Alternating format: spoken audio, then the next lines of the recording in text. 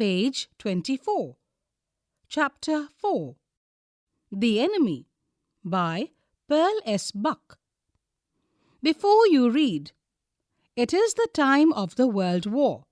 An American prisoner of war is washed ashore in a dying state and is found at the doorstep of a Japanese doctor. Should he save him as a doctor or hand him over to the army as a patriot? Read and find out. Who was Dr. Sadao? Where was his house? Dr. Sadao Hoki's house was built on a spot of the Japanese coast where, as a little boy, he had often played. The low, square stone house was set upon rocks well above a narrow beach that was outlined with bent pines. As a boy, Sadao had climbed the pines, supporting himself on his bare feet, as he had seen men do in the South Seas when they had climbed for coconuts. His father had taken him often to the islands of those seas, and never had he failed to say to the little brave boy at his side, "Those islands yonder, they are the stepping stones to the future for Japan." "Where shall we step from them?" Sadao had asked seriously. "Who knows?" his father had answered. "Who can limit our future? It depends on what we make it." Page 25. Sadao had taken this into his mind as he did everything his father said. His father, who never joked or played with him, but who spent infinite pains upon him, who was his only son. Sadao knew that his education was his father's chief concern. For this reason, he had been sent at 22 to America to learn all that could be learned of surgery and medicine. He had come back at 30, and before his father died, he had seen Sadao become famous, not only as a surgeon, but as a scientist. Because he was perfecting a discovery which would render wounds entirely clean, he had not been sent abroad with the troops. Also, he knew there was some slight danger that the old general might need an operation for a condition for which he was now being treated medically, and for this possibility, Sadao was being kept in Japan. Clouds were rising from the ocean now.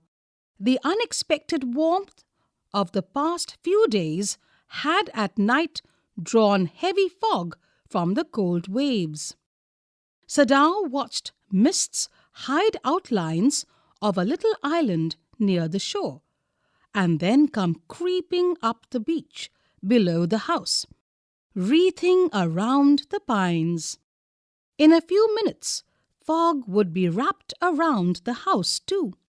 Then he would go into the room where Hana, his wife, would be waiting for him with the 2 children. But at this moment, the door opened, and she looked out. A dark blue woolen haori over her kimono. She came to him affectionately and put her arm through his as he stood, smiled, and said nothing. He had met Hana in America, but he had waited to fall in love with her until he was sure she was Japanese. His father would never have received her unless she had been pure in her race. He wondered often whom he would have married if he had not met Hana, and by what luck he had found her in the most casual way, by chance literally, at an American professor's house. The professor and his wife had been kind people, anxious to do something for their few foreign students. And the students, though bored, had accepted this kindness. Sadao had often told Hannah how nearly he had not gone to Professor Harley's house that night. Haori, a loose outer garment worn over the kimono. Page 26. The rooms were so small, the food was so bad, the professor's wife so voluble. But he had gone, and there he had found Hannah, a new student, and had felt he would love her if it were at all possible.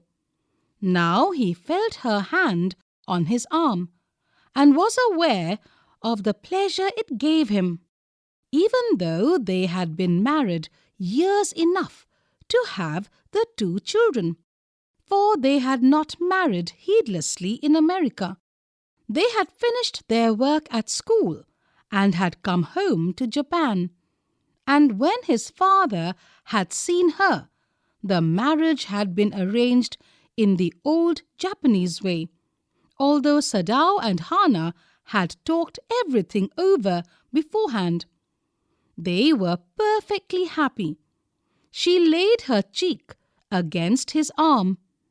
It was at this moment that both of them saw something black come out of the mists. It was a man. He was flung up out of the ocean. Flung, it seemed, to his feet by a breaker. He staggered a few steps, his body outlined against the mist, his arms above his head. Then the curled mists hid him again. "Who is that?" Hannah cried. She dropped Sadao's arm, and they both leaned over the railing of the veranda. Now they saw him again. The man was on his hands and knees, crawling. Then they saw him fall on his face and lie there. "A fisherman, perhaps," Sadao said, "washed from his boat." Page 27. Read and find out. Will Dr. Sadao be arrested on the charge of harboring an enemy? He ran quickly down the steps, and behind him, Hannah came, her wide sleeves flying. A mile or 2 away on either side there were fishing villages, but here was only the bare and lonely coast, dangerous with rocks. The surf beyond the beach was spiked with rocks. Somehow the man had managed to come through them. He must be badly torn. They saw when they came toward him that indeed it was so. The sand on one side of him had already a stain of red soaking through. "He is wounded," Sadao exclaimed. He made haste to the man, who lay motionless, his face in the sand. An old cap stuck to his head, soaked with sea-water. He was in wet rags of garments. Sadao stopped, Hannah at his side, and turned the man's head. They saw the face. "A white man," Hannah whispered. Yes, it was a white man. The wet cap fell away, and there was his wet, yellow hair, long as though for many weeks it had not been cut. And upon his young and tortured face was a rough yellow beard. He was unconscious and knew nothing that they did for him. Now Sadao remembered the wound, and with his expert fingers he began to search for it. Blood flowed freshly at his touch. On the right side of his lower back, Sadao saw that a gun wound had been reopened. The flesh was blackened with powder. Sometime, not many days ago, the man had been shot and had not been tended. It was bad chance that the rock had struck the wound. "Oh, how he is bleeding," Hannah whispered again in a solemn voice.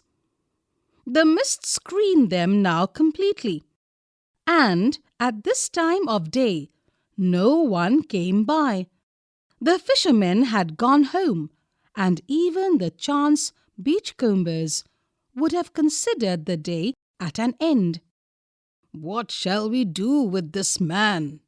Sadao muttered, but his trained hands seemed of their own will to be doing what they could to stanch the fearful bleeding. Page 28.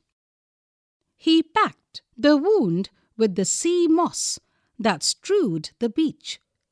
The man moaned with pain in his stupor, but he did not awaken.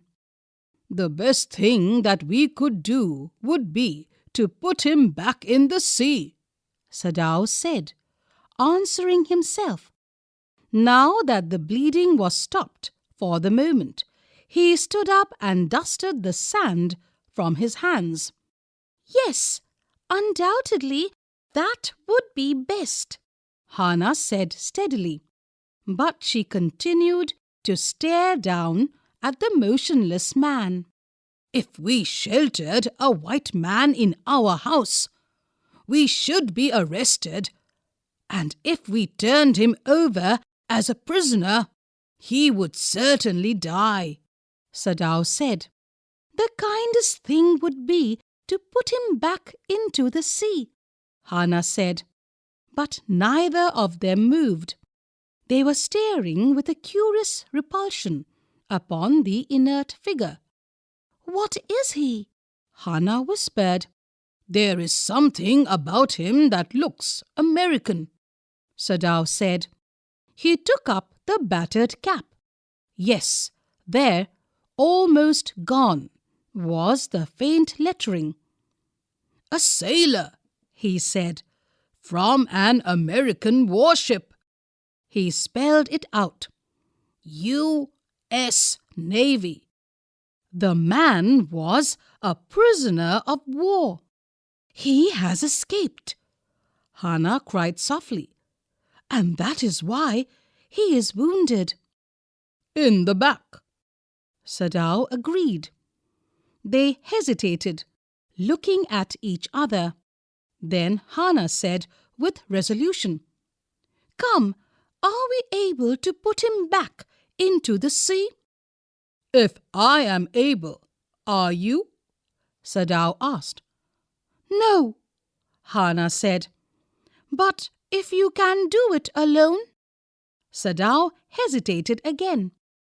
"The strange thing is," he said, "that if the man were whole, I could turn him over to the police without difficulty. I care nothing for him.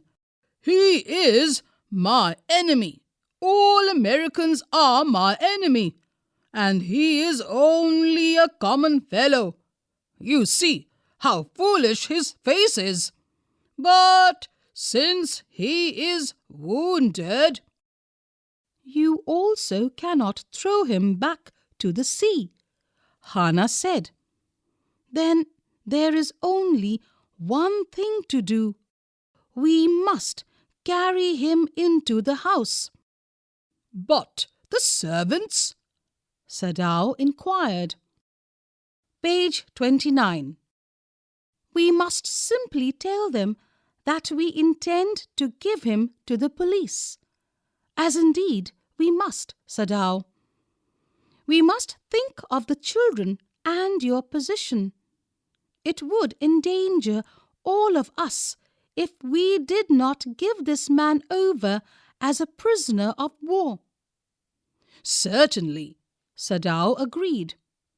"I would not think of doing anything else." Thus agreed, together they lifted the man He was very light, like a fowl that had been half-starved for a long time, until it is only feathers and skeleton. So, his arms hanging, they carried him up the steps and into the side door of the house. This door opened into a passage, and down the passage they carried the man towards an empty bedroom. It had been the bedroom of Sadao's father, and since his death it had not been used. They laid the man on the deeply matted floor. Everything here had been Japanese to please the old man, who would never in his own home sit on a chair or sleep in a foreign bed. Hana went to the wall cupboards and slid back a door and took out a soft quilt. She hesitated. The quilt was covered with flowered silk, and the lining was pure white silk. "He is so dirty," she murmured in distress. "Yes, he had better be washed," Sadao agreed. "If you will fetch hot water, I will wash him." "I cannot bear for you to touch him," she said. "We shall have to tell the servants he is here. I will tell Yumi now. She can leave the children for a few minutes, and she can wash him." Sadao considered a moment. "Let it be so," he agreed. "You tell Yumi, and I will tell the others." But the utter pallor of the man's unconscious face moved him, first to stoop and feel his pulse. It was faint, but it was there. He put his hand against the man's cold breast. The heart, too, was yet alive.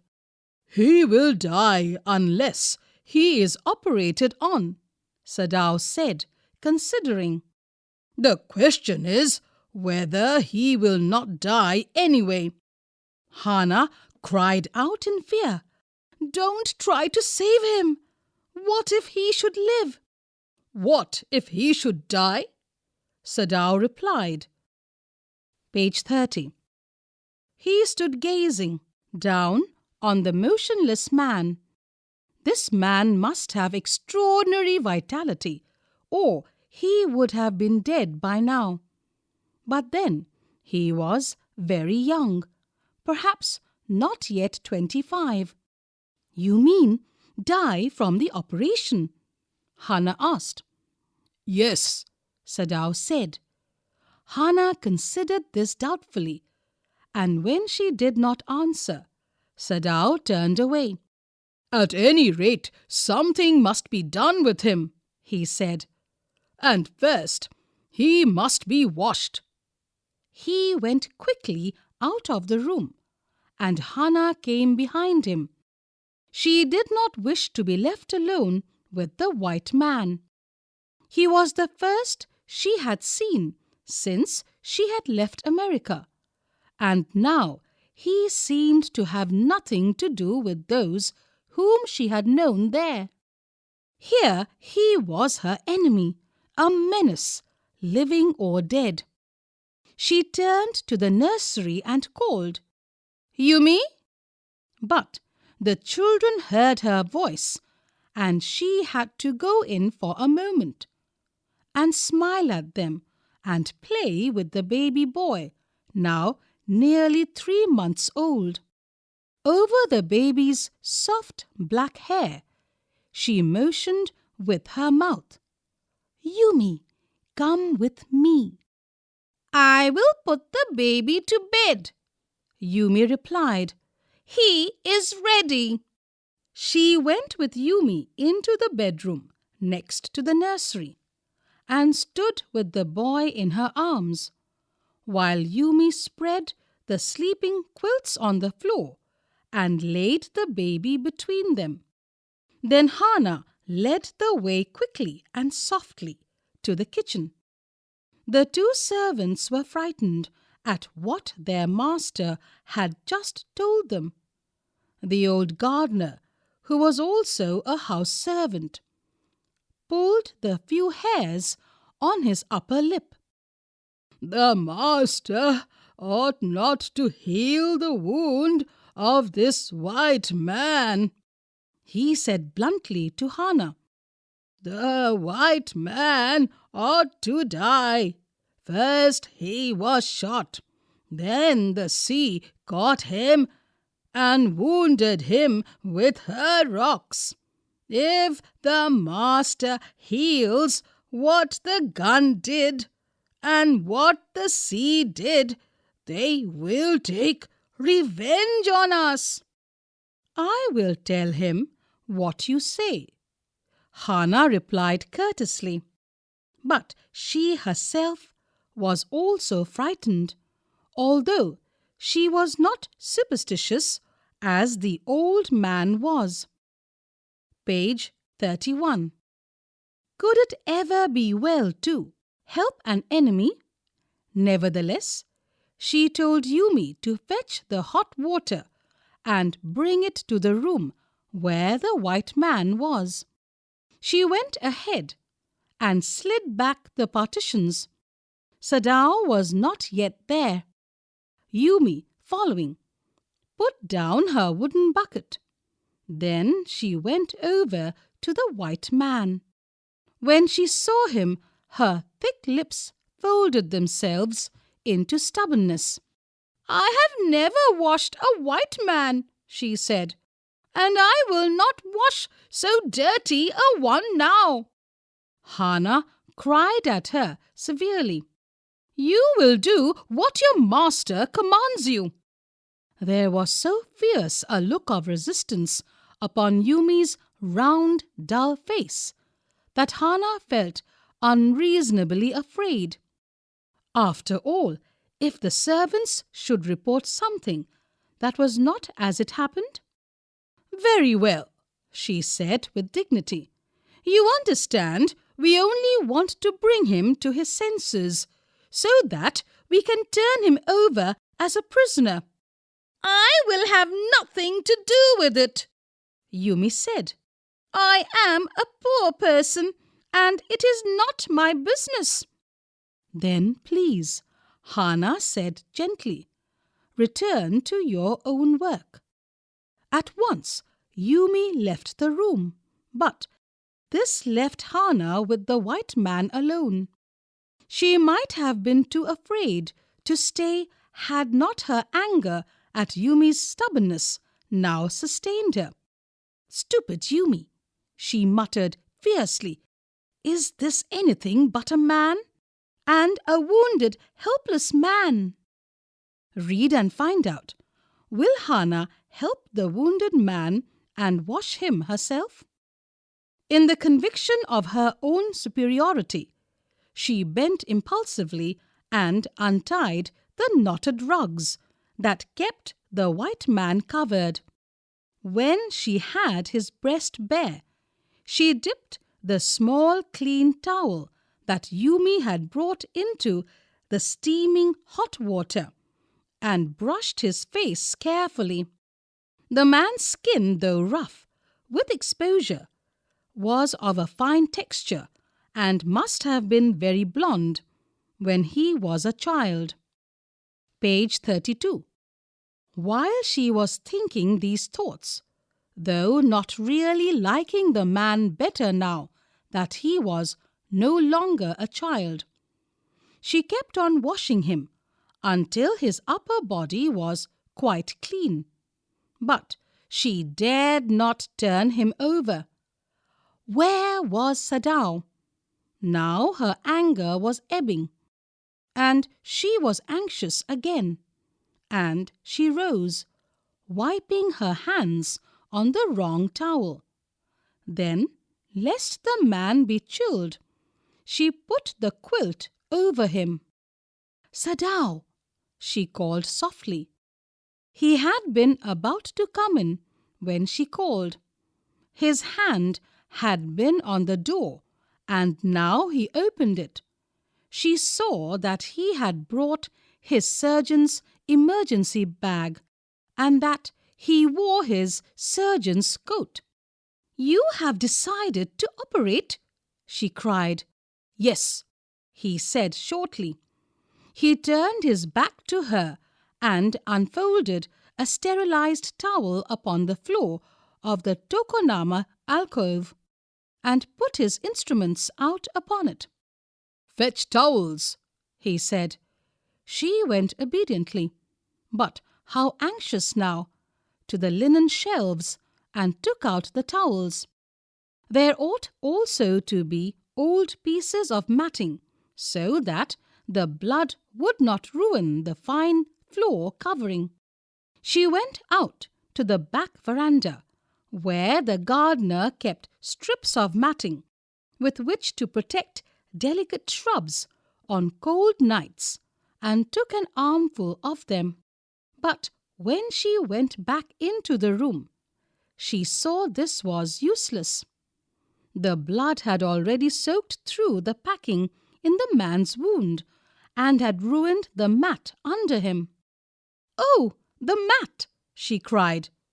"Yes, it is ruined," Sadao replied, as though he did not care. "Help me to turn him," he commanded her.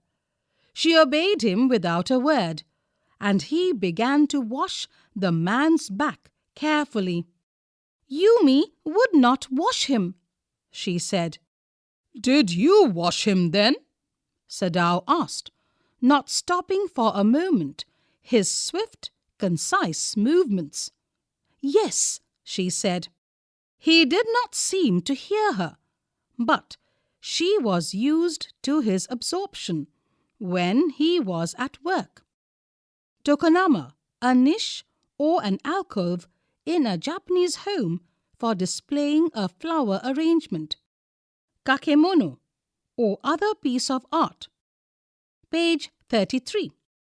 She wondered for a moment if it mattered to him what was the body upon which he worked so long, as it was for the work he did so excellently. "You will have to give the anesthetic if he needs it," he said. "I?" she repeated blankly. "But never have I."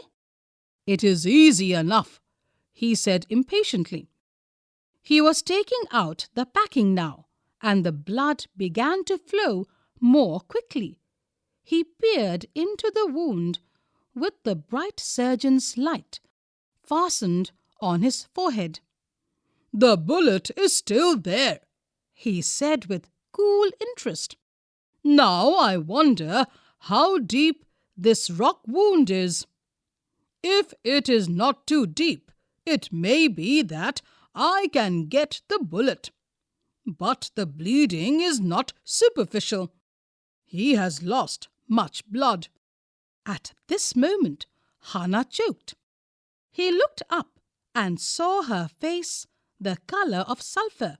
"Don't faint," he said sharply. He did not put down his exploring instrument. "If I stop now, the man will surely die." She clapped her hands to her mouth and leaped up and ran out of the room.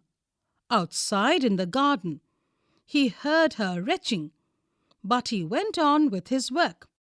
"It will be better for her to empty her stomach," he thought.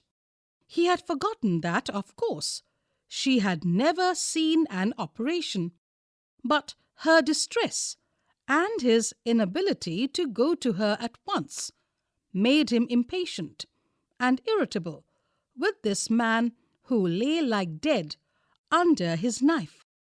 Page 34. "This man," he thought, "there is no reason under heaven why he should live."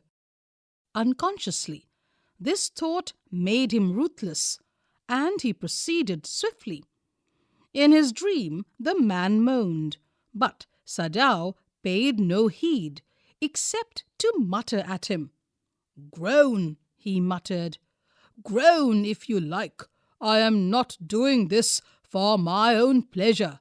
In fact, I do not know why I am doing it." The door opened, and there was Hannah again. "Where is the anesthetic?" she asked in a clear voice. Sadao motioned with his chin. "It is as well that you came back," he said. "This fellow is beginning to stir." She had the bottle and some cotton in her hand. "But how shall I do it?" she asked. "Simply saturate the cotton and hold it near his nostrils," Sadao replied, without delaying for one moment the intricate detail of his work. "When he breathes badly, move it away a little." She crouched close to the sleeping face of the young American.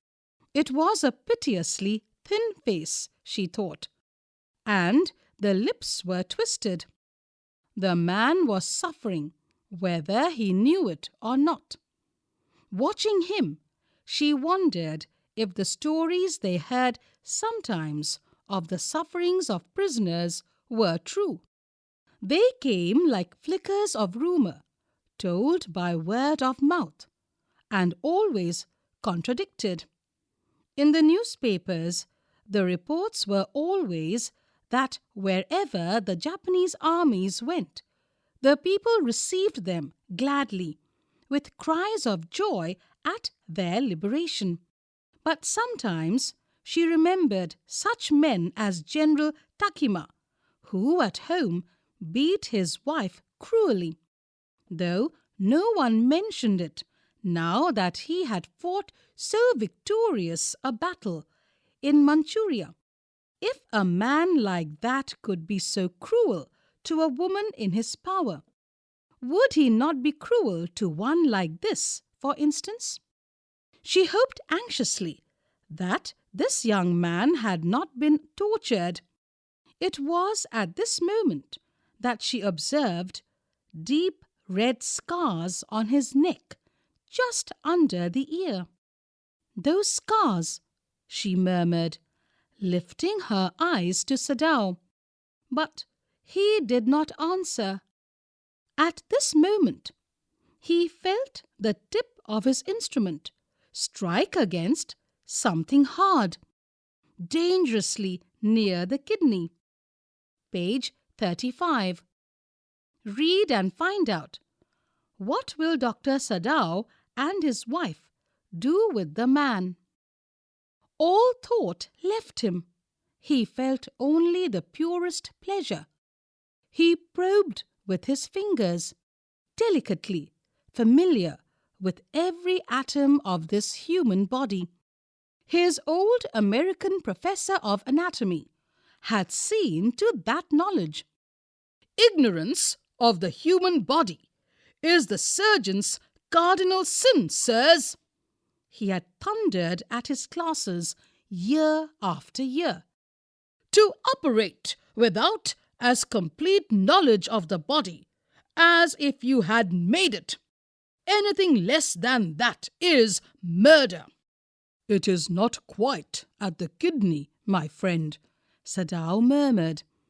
It was his habit to murmur to the patient when he forgot himself in an operation. "My friend," he always called his patients, and so now he did, forgetting that this was his enemy. Then quickly, with the cleanest and most precise of incisions, the bullet was out. The man quivered, but he was still unconscious. Nevertheless, he muttered a few English words. "Guts," he murmured, choking. "They got my guts." "Sadao!" Hannah cried sharply. "Hush!" Sadao said. The man sank again into silence, so profound that Sadao took up his wrist, hating the touch of it.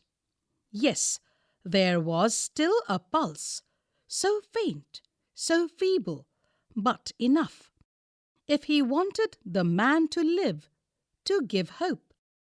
But certainly I do not want this man to live, he thought.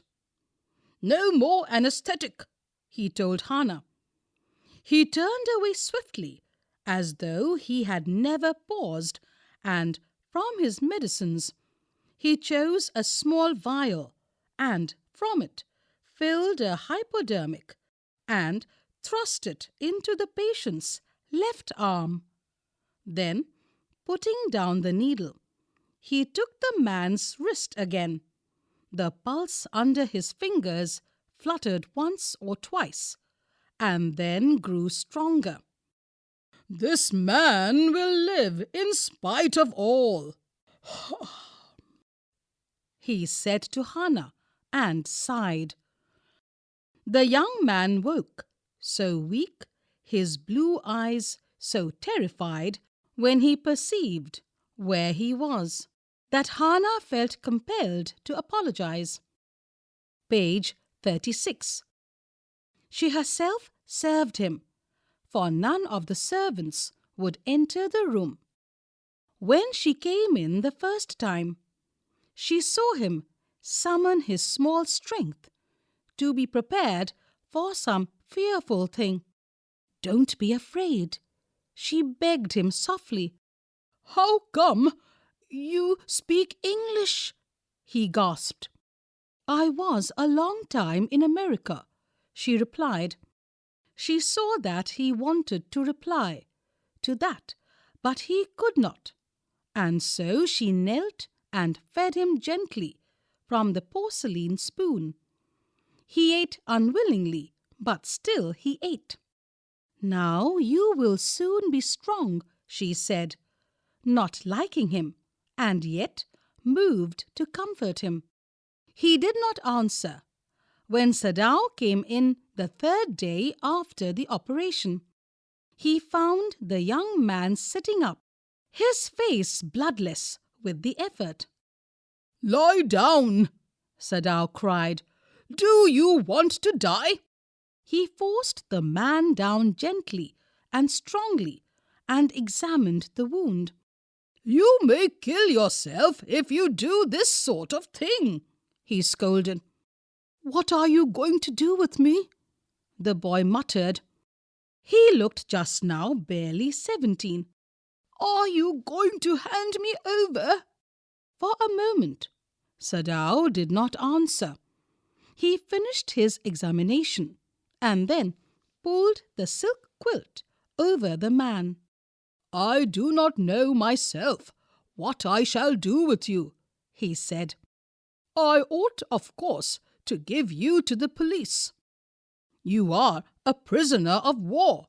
No, do not tell me anything." He put up his hand as he saw the young man was about to speak. "Do not even tell me your name unless I ask it." They looked at each other for a moment, and then the young man closed his eyes and turned his face to the wall. "Okay," he whispered, his mouth a bitter line. Outside the door, Hannah was waiting for Sadao. He saw at once that she was in trouble. "Sadao, Yumi tells me the servants feel they cannot stay if we hide this man here any more," she said. "She tells me that they are saying that you and I were so long in America that we have forgotten to think of our own country first. They think we like Americans." Page number 37. "It is not true," Sadao said harshly. "Americans are our enemies, but I have been trained not to let a man die if I can help it." "The servants cannot understand that," she said anxiously. "No," he agreed. Neither seemed able to say more, and somehow the household dragged on. The servants grew more watchful.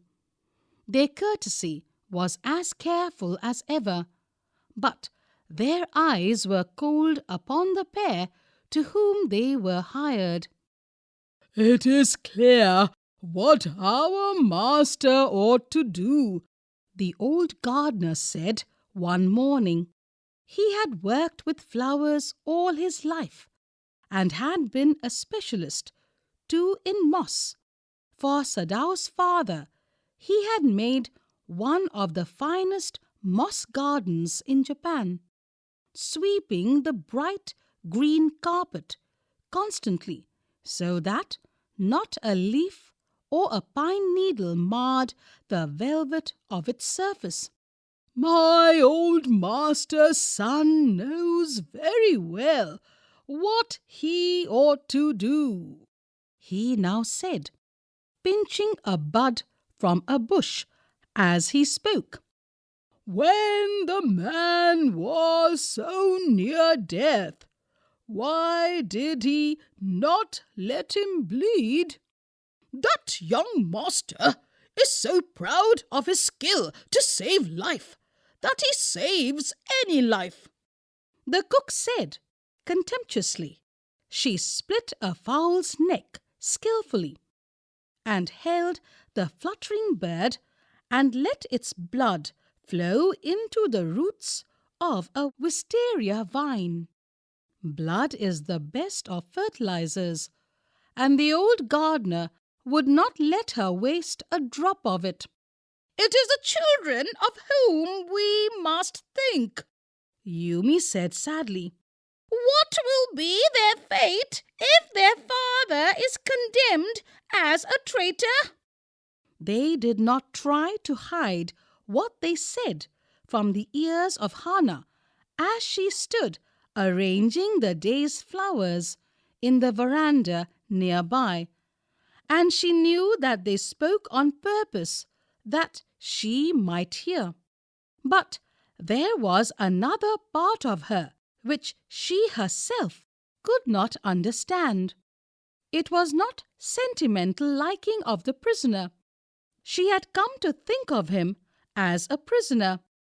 Page 38. She had not liked him even yesterday when he had said in his impulsive way, "Anyway, let me tell you that my name is Tom." She had only bowed her little distant bow. She saw hurt in his eyes, but she did not wish to assuage it. Indeed, he was a great trouble in this house. As for Sadao, each day he examined the wound carefully. The last stitches had been pulled out this morning, and the young man would, in a fortnight, be nearly as well as ever. Sadao went back to his office and carefully typed a letter to the chief of police, reporting the whole matter. On the 21st day of February, an escaped prisoner was washed up on the shore in front of my house. So far he typed, and then he opened a secret drawer of his desk, and he put the unfinished report into it. On the 7th day after that, two things happened. In the morning, the servants left together, their belongings tied in large square cotton kerchiefs. When Hana got up in the morning, nothing was done. The house not cleaned and the food not prepared. And she knew what it meant. She was dismayed and even terrified. But her pride as a mistress would not allow her to show it.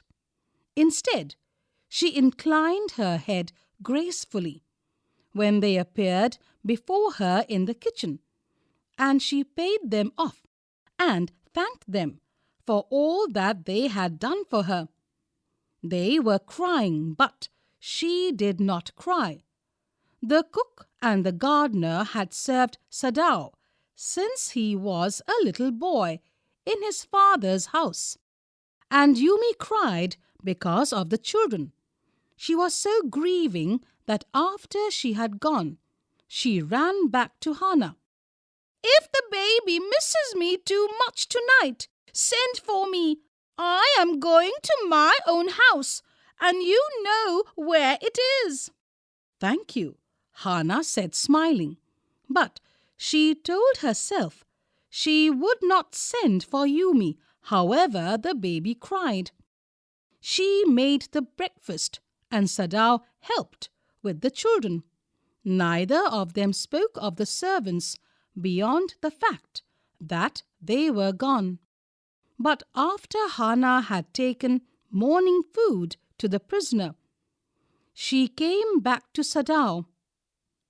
"Why is it we cannot see clearly what we ought to do?" she asked him. "Even the servants see more clearly than we do. Why are we different from other Japanese?" Sadao did not answer, but a little later he went into the room where the prisoner was and said brusquely, page 39, "Today you may get up on your feet. I want you to stay up only 5 minutes at a time. Tomorrow you may try it twice as long.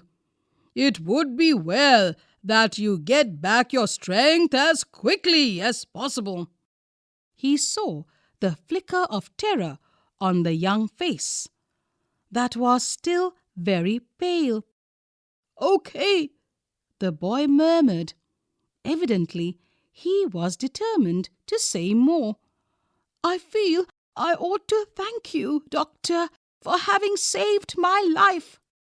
"Don't thank me too early," Sadao said coldly. He saw the flicker of terror again in the boy's eyes. Terror as unmistakable as an animal's. The scars on his neck were crimson for a moment. Those scars, what were they? Sadao did not ask. In the afternoon, the second thing happened. Hannah, working hard on unaccustomed labor, saw a messenger come to the door in official uniform. Her hands went weak, and she could not draw her breath. The servants must have told already. She ran to Sadao, gasping, unable to utter a word. But by then the messenger had simply followed her through the garden, and there he stood. She pointed at him helplessly. "Read and find out. Will Dr. Sadao be arrested on the charge of harboring an enemy?" Sadao looked up from his book. He was in his office, the other partition of which was thrown open to the garden for the southern sunshine. "What is it?" he asked the messenger, and then he rose, seeing the man's uniform. "You are to come to the palace," the man said. "The old general is in pain again." "Oh," Hannah breathed. "Is that all?" "All?" the messenger exclaimed. "Is it not enough?" "Indeed it is," she replied. "I am very sorry." When Sadao came to say goodbye, she was in the kitchen, but doing nothing. The children were asleep, and she sat merely resting for a moment, more exhausted from her fright than from work. Page 40. "I thought they had come to arrest you," she said. He gazed down into her anxious eyes. "I must get rid of this man for your sake," he said in distress. "Somehow I must get rid of him." Sadao goes to see the general. "Of course," the general said weakly. "I understand fully. But I once took a degree in Princeton. So few Japanese have." I care nothing for the man, Excellency, Sadao said, but having operated on him with such success— Yes, yes, the general said, it only makes me feel you more indispensable to me. Evidently, you can save anyone. You are so skilled. You say you think I can stand one more such attack as I have had today? Not more than one, Sadao said. Then certainly I can allow nothing to happen to you, the general said with anxiety. His long, pale Japanese face became expressionless, which meant that he was in deep thought. You cannot be arrested, the general said, closing his eyes. Suppose you were condemned to death, and the next day I had to have my operation. There are other surgeons, Excellency, Sadao suggested. None, I trust, the general replied. The best ones have been trained by Germans and would consider the operation successful if I died. I do not care for their point of view. He sighed. It seems a pity that we cannot better combine the German ruthlessness with the American sentimentality. Then you could turn your prisoner over to execution, and yet I could be sure you would not murder me while I was unconscious. The general laughed. He had an unusual sense of humor. As a Japanese, could you not combine these two foreign elements? He asked. Sadao smiled. I am not quite sure, he said, but for your sake, I would be willing to try, Excellency. The general shook his head. I had rather not be the test case, he said. He felt suddenly weak and overwhelmed with the cares of his life as an official in times such as these, when repeated victory brought great responsibilities all over the South Pacific. Page 41. It is very unfortunate that this man should have washed up on your doorstep, he said irritably. I feel it so myself, Sadao said gently.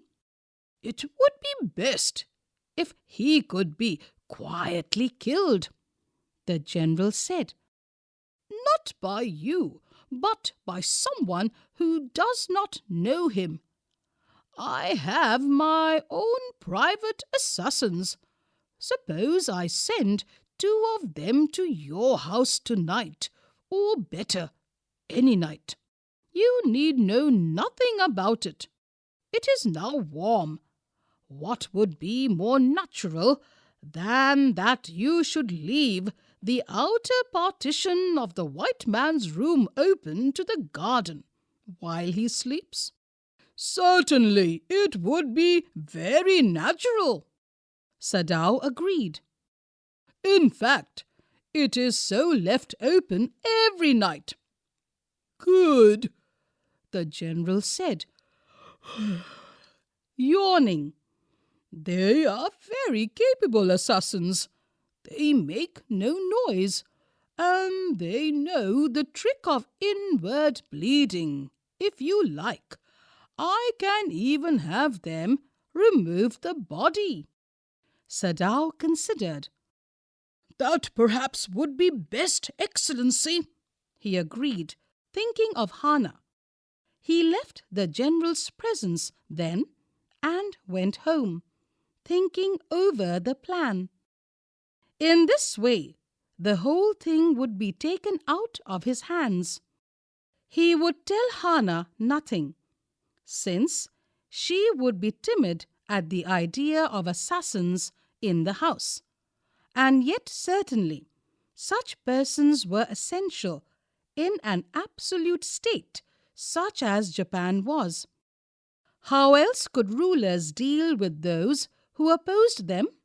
He refused to allow anything but reason to be the atmosphere of his mind. As he went into the room where the American was in bed, but as he opened the door, to his surprise, he found the young man out of bed and preparing to go into the garden. "What is this?" he exclaimed. "Who gave you permission to leave your room?" "I'm not used to waiting for permission," Tom said gaily. "Gosh, I feel pretty good again. But will the muscles on this side always feel stiff?" "Is it so?" Sadao inquired, surprised. He forgot all else. "Now I thought I had provided against that," he murmured. He lifted the edge of the man's shirt and gazed at the healing scar. Page 42. "Massage may do it," he said, "if exercise does not. It won't bother me much," the young man said. His young face was gaunt under the stubbly blonde beard. "Say, Doc, I've got something I want to say to you. If I hadn't met a Jap like you, well, I wouldn't be alive today. I know that." Sadao bowed, but he could not speak. "Sure, I know that," Tom went on warmly. His big, thin hands, gripping a chair, were white at the knuckles. "I guess if all the Japs were like you, there wouldn't have been a war."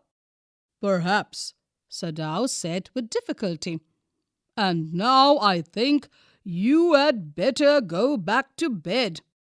He helped the boy back into bed and then bowed. "Good night," he said. Sadao slept badly that night.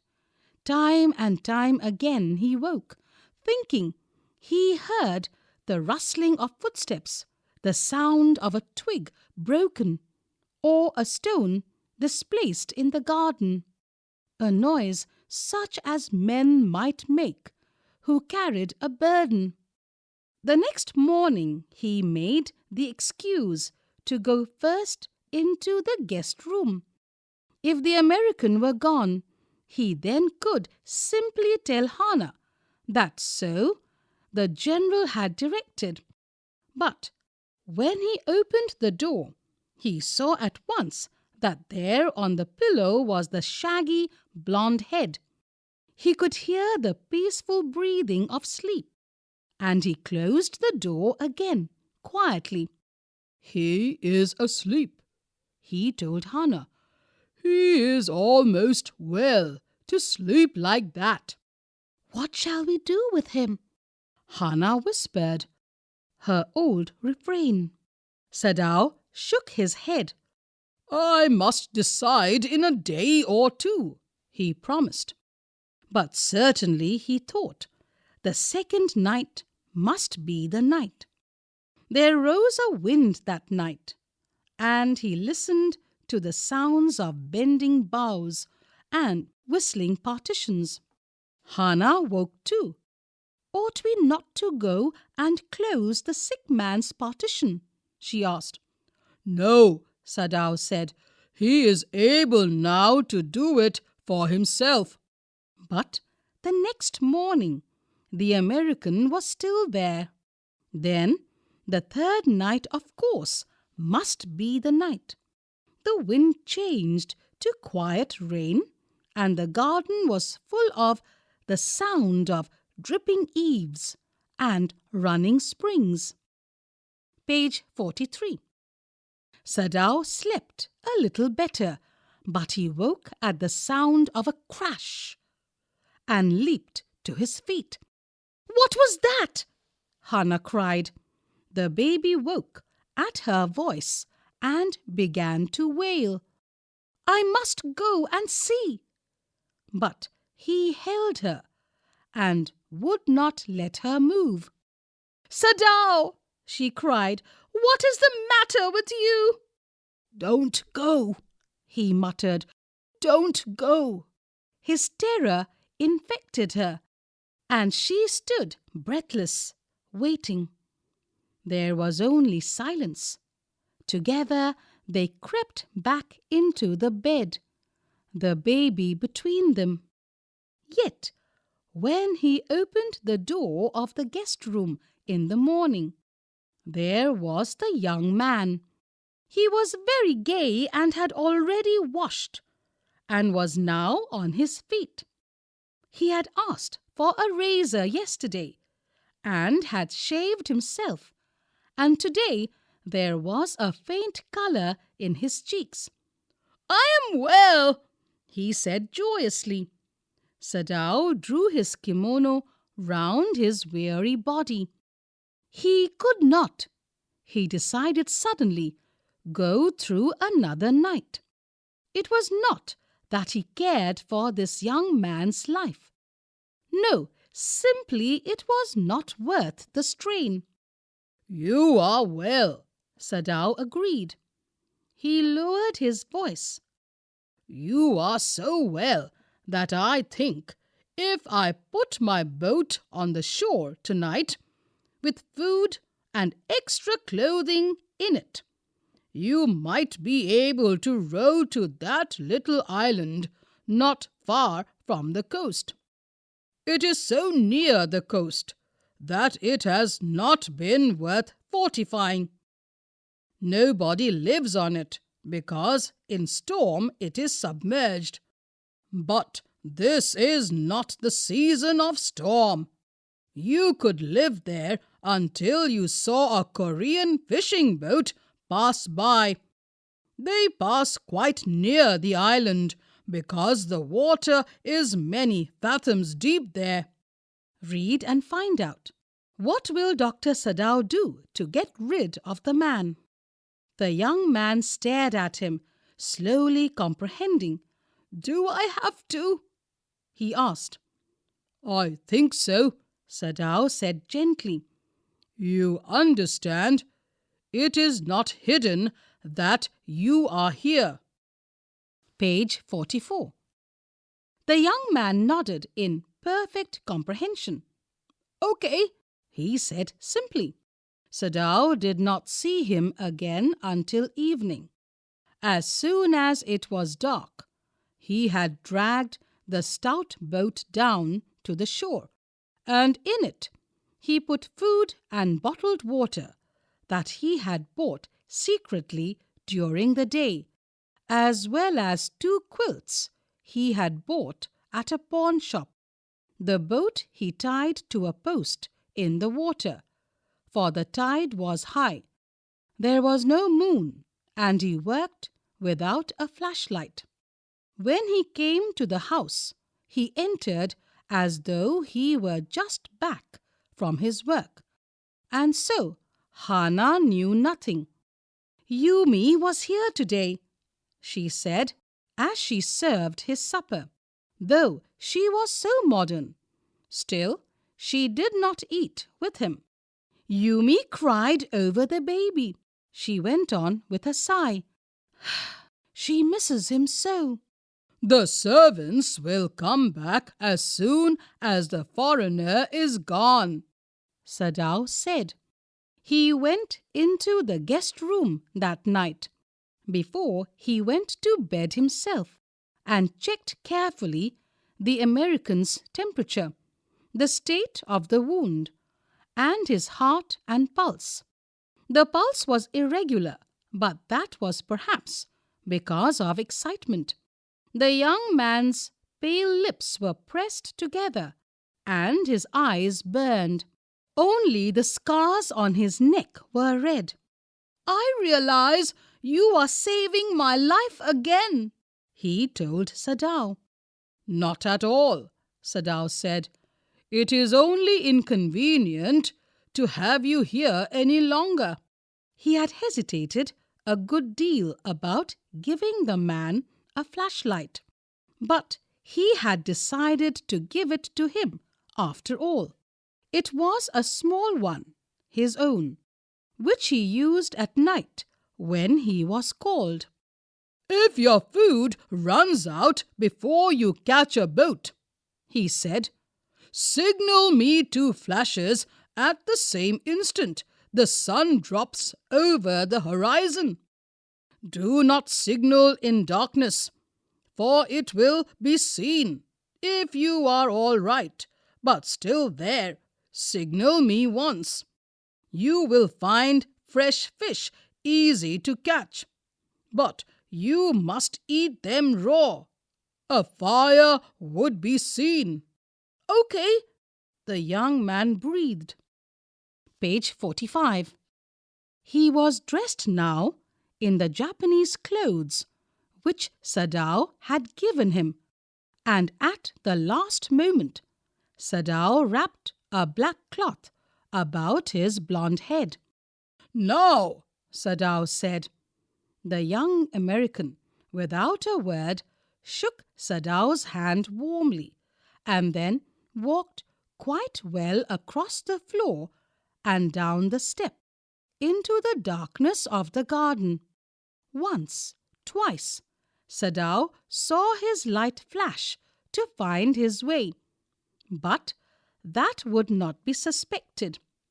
He waited until from the shore there was one more flash. Then he closed the partition.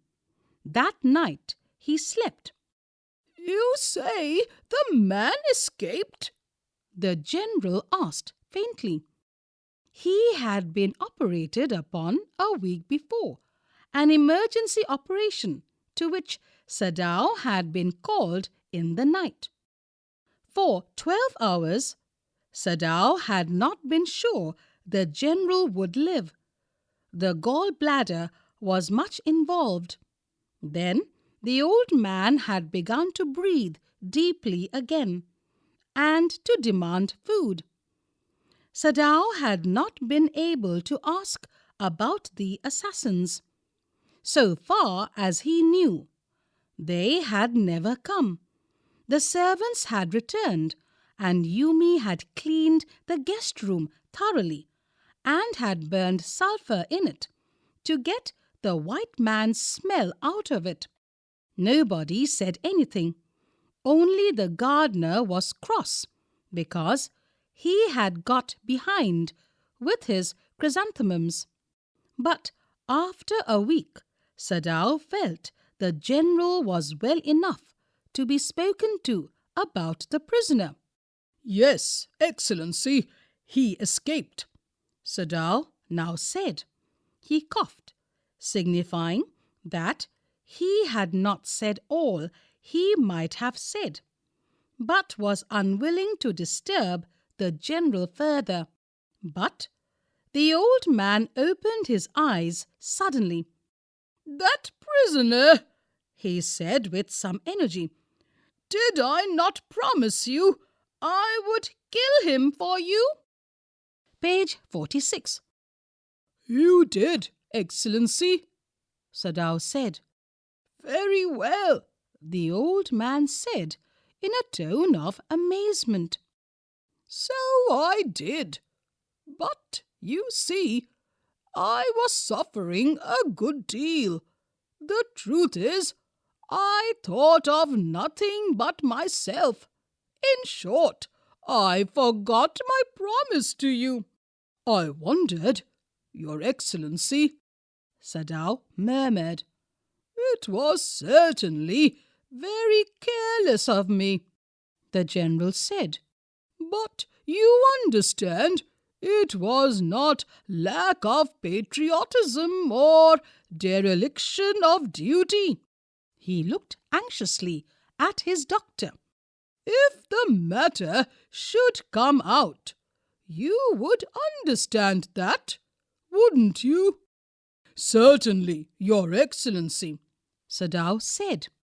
he suddenly comprehended that the general was in the palm of his hand, and that, as a consequence, he himself was perfectly safe.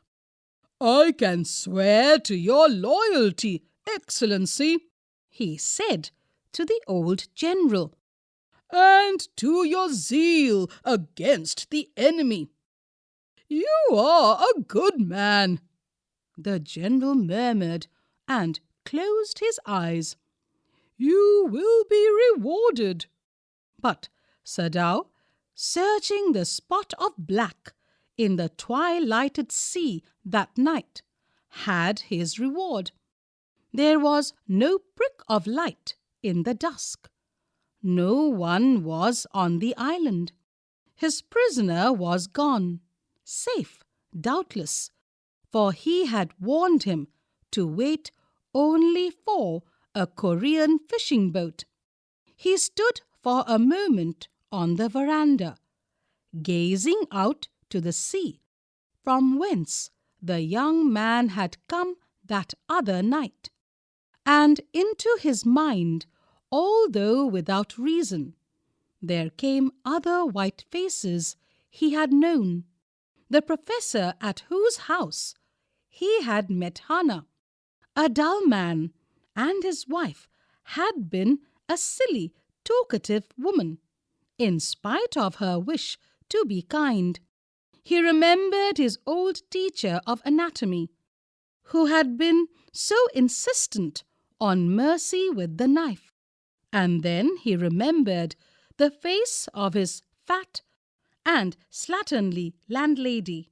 He had great difficulty in finding a place to live in America because he was a Japanese. The Americans were full of prejudice, and it had been bitter to live in it. Knowing himself their superior, how he had despised the ignorant and dirty old woman who had at last consented to house him in her miserable home.